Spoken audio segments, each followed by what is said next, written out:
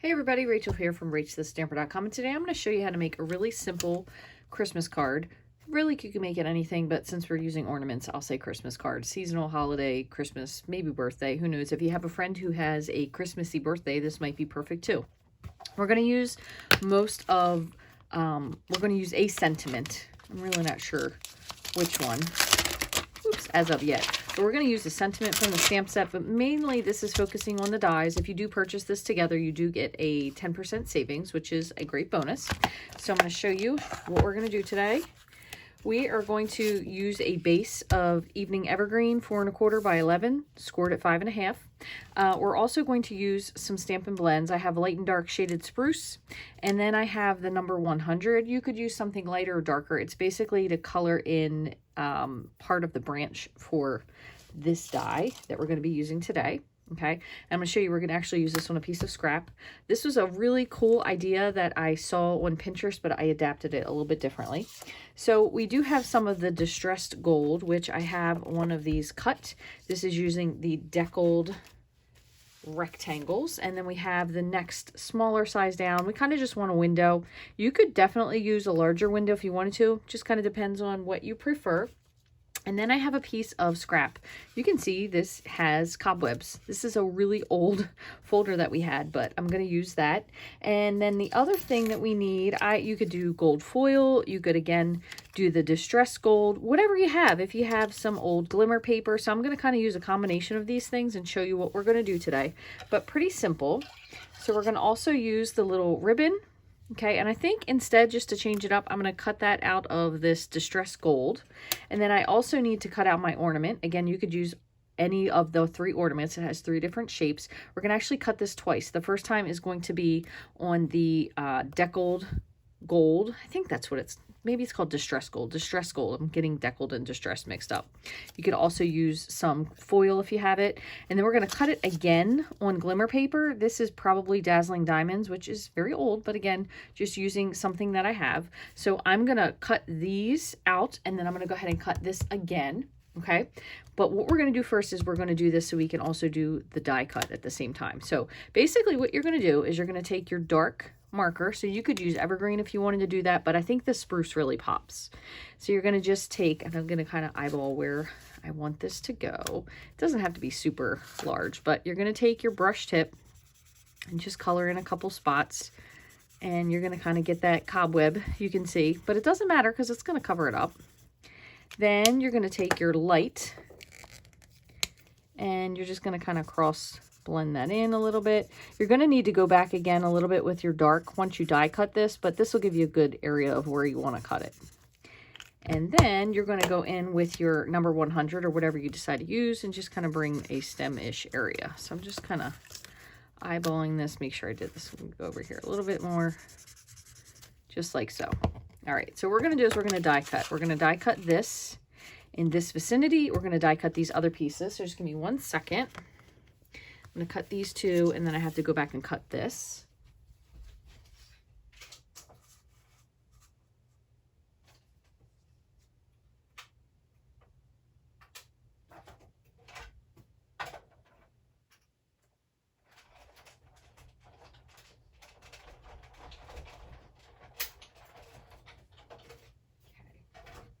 And I just want to show you one thing. So when I did die cut this, I'm normally a taper, but I didn't tape it. So it's a little bit off, but that's okay.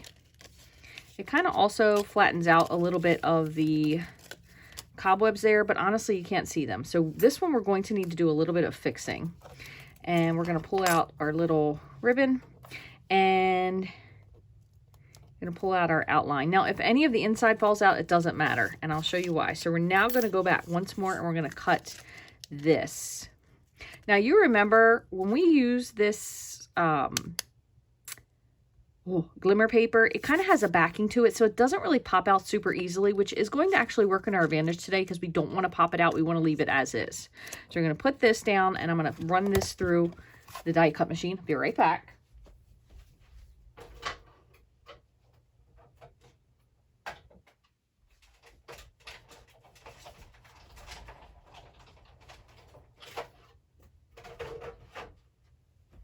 Okay, So I brought this whole thing over here so I could show you. It is going to kind of stay intact. So what I'm going to do is just gently break away because I don't want anything to fall off. What we're going to actually do is we're going to pop these portions out. And you could use adhesive if you wanted to, or adhesive sheet, but it's pretty simple to adhere this. So I'm going to take my liquid glue, oops, and I'm going to just put a little bit of glue here, kind of in the middle parts. Doesn't have to be super glued. And I'm going to take this and just set it right on top. Oops. Kind of lining it up just like so and pressing. And what I'm going to do is I'm going to take this stack of blocks and just set that there for a minute. Now in the meantime, I still have this, which I wanted to touch up just a teeny bit, and I'm just going to use this kind of as my background. So what I'm going to do is take my darker marker again, listen to me, and I'm just going to fill in some spots. Doesn't need to be particular, specific, kind of whatever you get is fine. Just add a little bit. Okay. And then I'm going to go back once more and just kind of fill in a little bit of the lighter spots. You just really want to kind of knock out the white. Again, it doesn't have to be perfect. It'll blend those two together. Okay, and then finally, I'm going to go back and just hit the branch portion. Just make sure I got that with my number 100. You could do this with 2 different colors with this number 100. I think it's 100. Yeah, so you could use it 2 different colors if you wanted to, but whatever you prefer. Now I'm going to just take my little paper piercer, because my other one's not handy, and just pop out the holes. Pop out all the little missing pieces. And if you have your brush, you could use this, but honestly, if you run it through, I only did this one direction, but if you would run it through back and forth, so you go all the way through and then you go all the way back again, most of these things will pop out pretty easily. And I'm going to just take this moment to tell you thank you again for watching my video. If you have something you'd like to see used, or a comment, a suggestion, anything, feel free to leave it in the comments below. I do read all the comments because I don't get a ton of comments on YouTube. If you have someone you think would be interested in learning new card techniques, or maybe they've been looking for something for a specific stamp set or technique, please feel free to share my channel with them. There is a great many things that you can do on YouTube and support someone without spending a penny. So you can share, you can subscribe. Do subscribe, make sure you turn on the notifications so you don't miss anything. I'm going to go ahead and pull this off and set it on the side. And the nice part about YouTube is you can actually click for a link and you can share the link with your friends, which is super easy. And they actually don't even have to be signed in to watch it, which is cool. However, if you do sign in, it keeps your history. So maybe if you were like me and you want to go back and watch something again, if you keep your history, it will do that. Okay, so we're going to just fold our base in half. Now, obviously for this, we're definitely going to need an inside panel since this is such a dark card base. So we're going to glue this down and we're going to glue this. And I did say I was going to show you which ones they were. So we have our largest here. So I am the 3rd largest. I believe that's the one I went with. Yep, the 3rd largest for the gold piece. Okay, so you could use that. I also have some of these cut out with the previous. It was kind of like a gold vellum. That would also look pretty. And then for the inside, I used the 1, 2, 3, 4, 5th smallest. So 3rd and 5th smallest, 3rd and 5th, just right there. Okay, just so you know what's going on. So what we're going to do is we're going to pop some adhesive onto the back of this, just like so. And just kind of adhere this in the center. We also have several different foils right now. They're actually in a pack. I believe it is kind of like a champagne-ish, which is one that we used to have. And then there is a green and a gold. So you could also get those in a 3-pack. I'm just going to layer these together. One other cool thing you could do with this if you wanted to, nice thing about liquid glue is you can move it. You could also pop this whole deal up on dimensionals, which would look really pretty. So then we're going to just put this one. Now, one thing you have to keep in mind, you don't want this to stick outside of your card fields. So you want to keep it in because otherwise you're going to have a hard time getting it into the envelope. So you can kind of eyeball. And what I usually try to do is I'll eyeball, see where I want the thing, kind of decide. I want to show you one other thing. I did already pre-cut this when I did this originally with just the regular gold foil. And I think just to distinguish it, I'm going to use this one instead of the distress, but you can use either. So what I'm going to do is I'm going to very carefully just add a little bit of liquid glue to the back of this. Doesn't need to be a ton. And this one, I think I'm actually going to put dimensionals on the back of that. We'll have that part stick up. That'll make it a little bit more fun. I think 2, we'll do 3 just for the heck of it. Should be good. So we have 3 dimensionals. And you know what? I'm going to put a little teeny piece of one right up here. Should be able to fit that right in there. There you go. So this is a really nice card if you have a lot of maybe scrap pieces. And I say scrap pieces of foil, gold vellum. You could use any of the vellums that we have that have a background to them, or kind of like an embellishment. No big deal. It is liquid glue. It will dry clear, so no biggie. An embellishment built into the vellum. Those are always really, really fun to use, especially if you're doing something like an ornament style card. So even though I kind of want this coming off, I'm going to have it over here because I want to have a little bit more of the branch on. And then what I'm going to do is I'm going to press it and I'm just going to trim that little piece off. Okay, I'm just going to give that little glue a wipe just so it has a better chance of pretty much drying clear. So there's that. I'm going to take my little hanger. Just going to set that right here. And I'm just going to hold that for a second. Okay. And then finally, I'm going to put my little ornament, and I'm just going to remove my dimensional backings. And the only thing I would say if you wanted to do is you could pop this little piece out here where the round hole is. So I want to see what that looks like if we're able to push that through, just so it has that little illusion like it's actually on. Yeah, that looks cool. On a little loop. Could feed that through if we wanted to. Actually, I might try just with the bottom. I'd like to see if I can lift this through. And this may be more than you want to do. Nah, I think it actually looks better if it's just back there regularly. So put that there.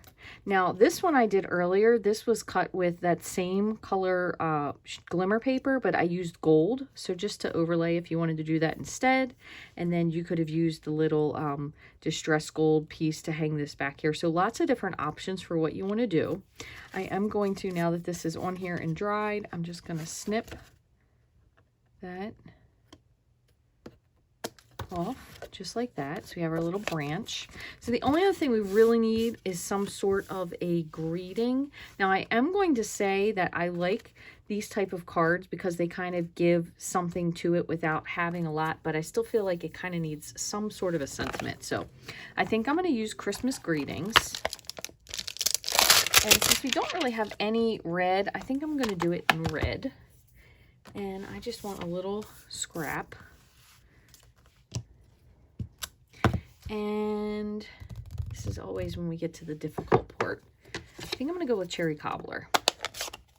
Let's see what this looks like. We're just going to ink this up. Sometimes it's hard creating cards like this for me because I haven't done a trial and error. So I have no card to show you to start with to say, oh, let's change this or change that. And after I make this one, I might decide that the sentiment I used, I would use something different. But I think that looks nice for now. And what I'm going to do is I'm going to just trim this straight. Okay, and I'm going to trim this other part to the edge just so it's pretty symmetric. And then I'm going to trim this a little bit straighter at the bottom, but I'm going to leave the top just as it is. So you have Christmas greetings. We can put this down here, go to the side, the top. You could even kind of put it straight across this, but I think that blocks a little bit for me. So I think I'm going to go with a little bit lower of this, and I'm going to actually add some dimensionals to the back. So I'll just go with 2. Probably if this was a little bit slimmer or maybe a little bit more decorative, I think it would also look really cute right there, but I'm just going to put that just like so. Okay. And then finally, the only other thing you need, I don't know if this is cut. Pretty sure. Looks like it's a little bit bigger. I want to just add, I'm going to trim this down 4 by 5 1/4. And I'm going to kind of do the same, a little bit of a mimic on the inside. And I'm just going to grab, what do we want to do?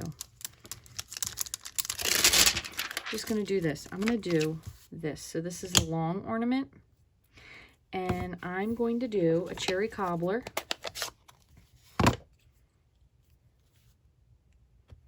Got my finger in that.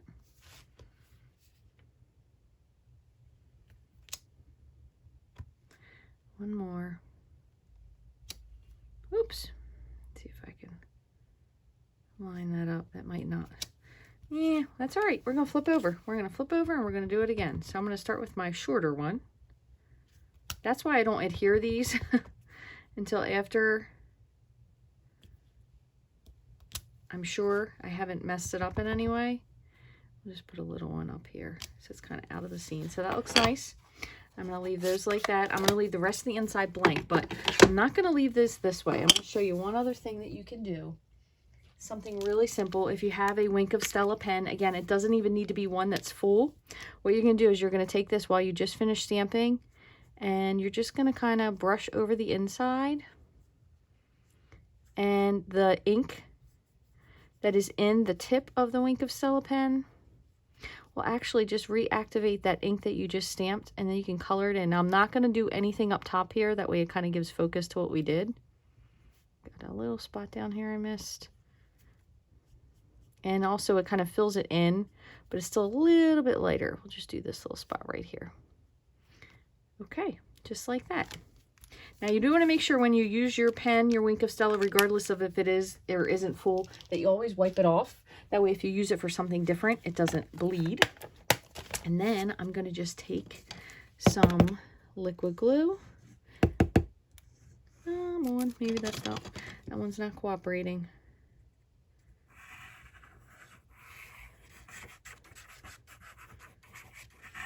Okay. If you haven't ever tried that Barely Art glue, it is really great. It's got a super precise tip. I'm pretty sure I have a link on my blog to it for Amazon. You can actually get a refill bottle there and everything. And since I did cut this the other direction, I have a little bit of a ledge on my paper edge right there. So I'm just going to use my bone folder just to flatten out that cutting crease.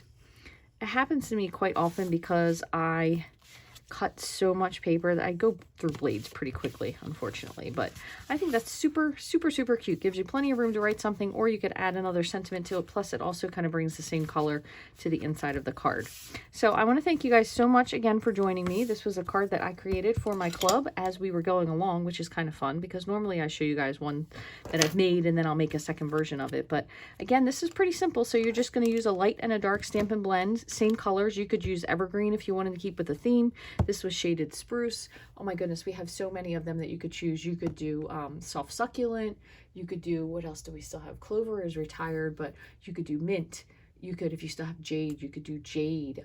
And we also have granny apple green, old olive, mossy meadow. But all you need is a light and a dark, and then you just need your piece for the branch. So I hope you guys enjoyed this card. Thank you so very much for taking time to stop by and watch this with me. If you have any other comments or questions about this, please be sure to leave me an email. Leave me a comment, or you can send me an email at rachthestamper@gmail.com. Thanks, guys. Have a great day.